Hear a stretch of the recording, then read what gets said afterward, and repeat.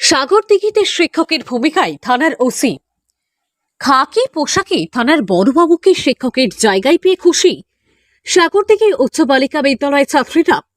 শিশু ও নারী কল্যাণে এক সচেতনতা শিবিরের আয়োজন করা হয় সাগরদিঘি উচ্চ বালিকা বিদ্যালয়ে। আর সেই কর্মসূচিতে ছাত্রীদের ক্লাসরুমে আসেন সাগরদিঘি থানার ভারপ্রাপ্ত আধিকারিক বিজন রায়।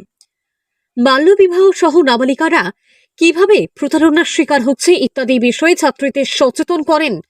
তবে শিক্ষকের ভূমিকায় থানার ওসিকে কাছে পেতেই আপ্লুত হয়ে পড়েন ছাত্রীরা।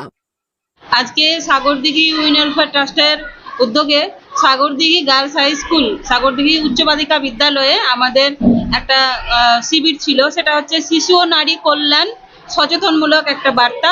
তার সাথে সাথে আমরা তাদেরকে চারা গাছেরও চারা গাছ তুলে দিয়েছি তাদের হাতে, গাছ নিয়ে তাদের যেন সচেতনতা বাড়ে, সেই জন্যই আমরা এই গাছটা রেখেছি।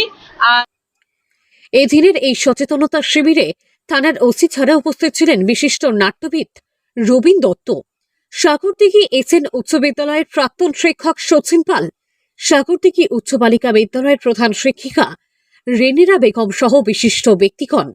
মূলত বাল্যবিবাহ এবং নাবালিকারা কিভাবে প্রতারণার শিকার হচ্ছে ইত্যাদি বিষয়ে আলোচনা করা হয়। সেই সঙ্গে অনলাইন প্রতারণা নিয়েও বিস্তারিত আলোচনা হয়।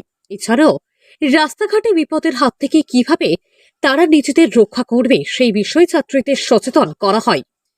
পাশাপাশি ছাত্রীরা নিজেদের রক্ষার পাশাপাশি কিভাবে পরিবেশ রক্ষার প্রতি সকলে একত্রিত হয়ে কাজ করা যেতে পারে এবং এক সুস্থ পরিবেশ গড়ে তোলা যেতে পারে সেই নিয়েও আলোকপাত করেন সাগরদিঘির ওসি বিজন রায়। ওসি যে বক্তব্যটা রাখলেন সত্যি খুব বাস্তব থেকে তুলে কিছু কথা। সে বিষয়টা হচ্ছে যে এই বয়সের এই যে ক্লাস 11 এবং 12 এর মেয়েরা যেখানে পড়ছে, 16, 17, 18, this is the turning point of their life. এখান থেকেই ঘুরবে, এখান থেকেই যাবে। এখান থেকেই যদি তাদের ডিলিং হয়ে যায়, মূল লাইনে চলার জায়গায় যদি ডিলিং হয়ে যায়, তাহলে পরে বা চলার জন্য হাতছানি, সমাজে তো আমাদের প্রচুর হাতছানি আছে মানুষের খারাপ হওয়ার জন্য। সেই হাতছানি থেকে নিজেকে বিরত থাকার জন্য তিনি সকলের কাছে আবেদন জানালেন, সকল মেয়েকে বললেন সুস্থ মানসিকতা, সুস্থ সবল মন, সুস্থ সবল প্রাণ, সাংস্কৃতিক প্রাণ নিয়ে তোমরা এগিয়ে যাও। কর্মসূচির শেষে ট্রাস্টের পক্ষ থেকে সকলের হাতে তুলে দেওয়া হয় একটি করে চারাগাছ। ট্রাস্টের সম্পাদক সঞ্জীব দাস বলেন, ছাত্রীদের সচেতন করতে আমাদের এই প্রচেষ্টা এবং সুস্থ পরিবেশ গড়তে ছাত্রীদের চারাগাছ উপহার দিলাম।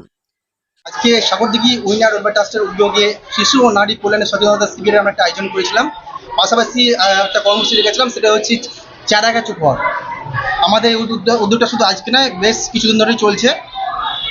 আমরা সাগরদিঘি উচ্চ বালিকা বিদ্যালয়ে একটি সচেতনতা শিবিরের মাধ্যমে একটা সচেতন করতে চাইলাম তাদেরকে, তারা যেমন গাছগুলো লাগায় এবার সচেতন বড় করে তোলে।